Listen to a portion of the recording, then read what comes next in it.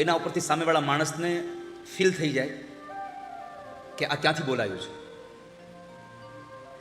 તમારા હૃદયના શબ્દો હોય તો સામેવાળો માણસ પણ એનાથી પ્રભાવિત થઈ જાય, અને તમારા બુદ્ધિના શબ્દો હોય પ્રભાવિત ન થાય.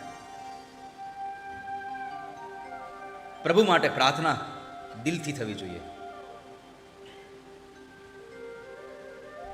અને જેને જેને દિલથી પ્રાર્થના કરી છે ને, એની પ્રાર્થના મારા ઠાકોરજીએ સાંભળી છે, એની પ્રાર્થના મારા ભગવાને સાંભળી છે.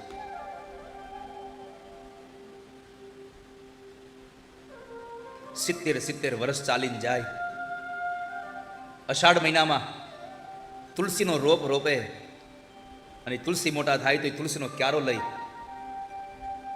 અને દ્વારિકા ચાલીને જાય.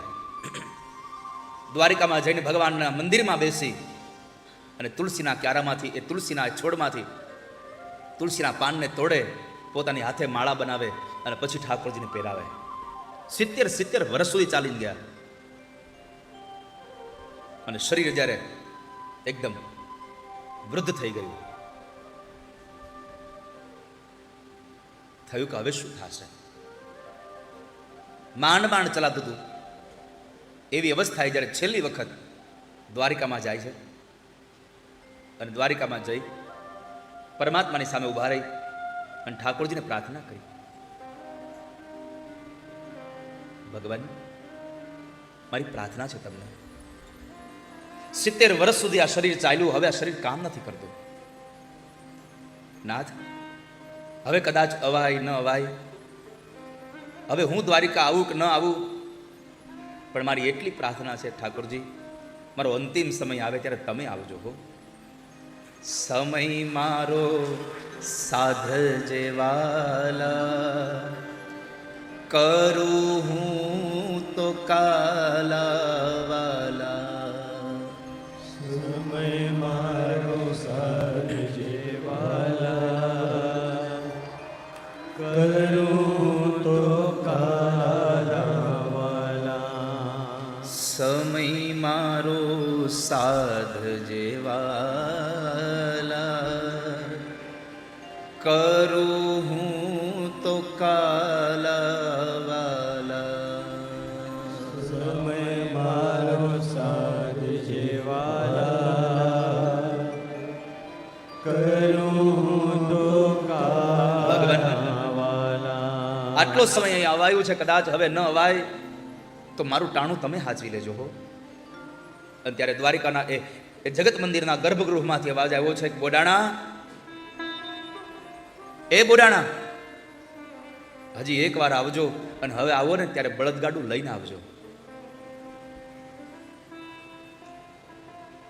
અને બોડાણા બળદગાડું લઈને જ્યારે દ્વારિકા આવ્યા ત્યારે બોડાણાએ બળદગાડું ચલાવ્યું, અને ગયા ત્યારે અખિલ બ્રહ્માંડના નાયક કૃષ્ણએ ગાડું ચલાવ્યું છે, અને ભગવાન ડાકોરમાં ગયા છે. બોડાણો તો સૂતા છે, પણ આનું કારણ એ છે પ્રાર્થના થઈ છે. તમે પ્રાર્થના તમારા ઘરમાં બેઠા બેઠા કરો ને, તો એ દ્વારિકાવાળાને સાંભળવું એ જરાય અઘરું નથી. તમારો પડોશી તમારી વાત ન સાંભળે, તમારો દીકરો તમારી વાત ન સાંભળે, આ શક્ય બને, પણ તમારી પ્રાર્થના મારો હરિ ન સાંભળે એ અશક્ય વાત છે. તમને ભરોસો જોઈએ એમાં, તમારી પ્રાર્થનામાં તમને ભરોસો હોવો જોઈએ, અને તમે જેની પ્રાર્થના કરો છો એમાં તમને અગાધ ભરોસો હોવો જોઈએ. દ્રઢયીન ચરનન કેરો ભરોસો, દ્રઢયીન ચરણ કેરો ભરોસો. ઓ રસિયા મેં તો શરણ તિહારી, રસિયા મેં તો શરણ તિહારી. નહીં સાધન બલ બચન ચાતુરી,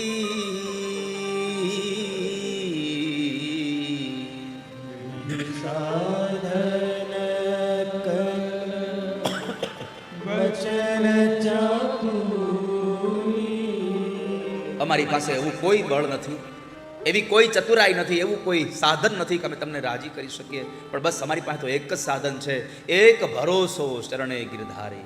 ભગવાન, તારા ચરણારવિંદમાં અમારો અતૂટ ભરોસો છે કે મારું કામ પાર પડશે.